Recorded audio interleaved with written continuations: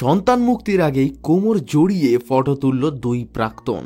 রাজ মিমির সম্পর্ক ভাঙাই ছিল কি শুভশ্রীর হাত? সোশ্যাল মিডিয়ার দৌলতে হঠাৎই সামনে এলো একটি ছবি, আর তা হলো রাজের সন্তান সিনেমা মুক্তির আগে একসঙ্গে পার্টি করেছেন মিমি চক্রবর্তী এবং শুভশ্রী গঙ্গোপাধ্যায়। একদিন যেই রাজের ভালোবাসা পেতে ঘরিনি হতে টানাটানি চলেছিল টলিউডের এই দুই নায়িকার মধ্যে, এখন সেই রাজের ছবি মুক্তির আগেই একেবারে গলায় গলায় ভাব, এমনকি কোমরে হাত দিয়ে জড়িয়ে ধরতেও দেখা গেল। সালটা 2016-17। কখনো রাজের নাম জড়াচ্ছে মিমির সঙ্গে, তো কখনো আবার শুভশ্রীর সঙ্গে। দুই নায়িকার তো এক প্রকার মুখ দেখা দেখেই বন্ধ।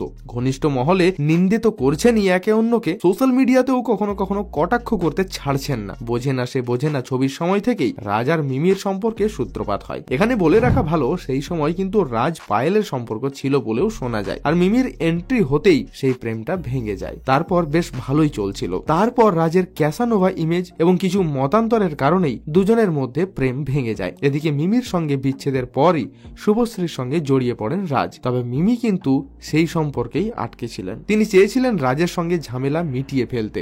তবে ঘটনায় নায়কীয় মোড় আসে যখন শুভশ্রীর সঙ্গে প্রেমটা ভেঙে যায় রাজের। সেই সময় এই বিচ্ছেদ নিয়ে পরিচালক আনন্দ প্লাসকে বলেছিলেন, ইন্ডাস্ট্রির অনেকেই চাইছেন না আমাদের সম্পর্কটা থাকুক। ইঙ্গিত যে বাংলার সবচেয়ে বড় প্রযোজনা সংস্থার দিকেই ছিল তা স্পষ্ট, কিন্তু ওই সংস্থার সঙ্গে শুভশ্রীর সম্পর্ক সেই সময় খুব খারাপ ছিল, আর মিমি ছিল তাদের ঘরের মেয়ে। ফের জোড়া লাগে রাজ এবং মিমির সম্পর্ক। এখানে বলে রাখা ভালো, এই সময় হঠাৎ করেই একদিন রটেছিল মিমি নাকি ঘুমের ওষুধ খেয়ে আত্মহত্যা করার চেষ্টা করেছেন। যদিও মিমির দাবি তিনি ছিলেন সেটের মধ্যে, তবে দ্বিতীয় ভাগে বেশ গোপন রেখেছিলেন দুজনেই ব্যাপারটা। এখনো শোনা যায় রাজ শুভশ্রীর প্রথম পর্বের প্রেমের সময় নাকি রাজ আর মিমি নিজেদের মধ্যে দেখা সাক্ষাৎ করেছিলেন। দুজনকে একে অপরের বাড়িতেও থাকতে দেখা গিয়েছিল। এমনকি শোনা যায় সেই সময় গোপনীয়তা বজায় রাখতে রাজ নিজের একটি ছবিতে কাস্টও করেননি মিমিকে। শেষ মুহূর্তে এসে নায়িকা বদল হয়ে যায়। রাজের পরিচালনায় বোঝে না সে বোঝে না, প্রলয়, যোদ্ধা,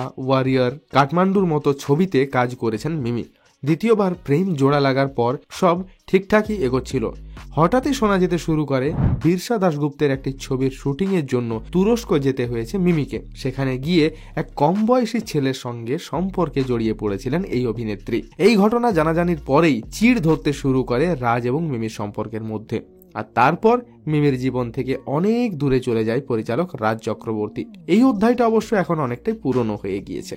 দুজনের কেউই কখনোই তা নিয়ে কোনো কথাই বলেননি। প্রকাশ্যে শুধু একসঙ্গে কাজ করাই বন্ধ করে দিয়েছেন। এরপর ফের শোনা যেতে থাকে শুভশ্রী আর রাজের দ্বিতীয় পর্বের প্রেম কাহিনী। তবে এবারেও অনেকটাই গোপনীয়তা। এমনকি 2018 সালের 6 মার্চ পরিচালক রাজ চক্রবর্তী এবং অভিনেত্রী শুভশ্রী যখন রেজিস্ট্রি করেন, তখনও কেউ ঘুণাক্ষরেও টের পায়নি। আইনি বিয়ের পাশাপাশি পরিবার ও ঘনিষ্ঠ বন্ধুদের উপস্থিতিতে এঙ্গেজমেন্ট করে নেন তারা। তবে এই খবর জানার পরেও সকলের উৎসাহ ছিল মিমিকে নিয়ে। তিনি ঠিক একদিন পরই টুইট করে বললেন, অভিনন্দন, গোটা জীবন সুখের হোক। তবে সব বিতর্ক অতীত। এখন রাজ আর শুভশ্রী পরিবারের শুধুই সুখ আর ভালোবাসা। একে অপরকে ভালোবাসায় কতটা পাগল তা প্রমাণ হয় রাজের কথার থেকেই। ইউভান ইয়ালিনীর বাবার স্পষ্ট কথা, তিনি সবচেয়ে ভালোবাসেন বউকে।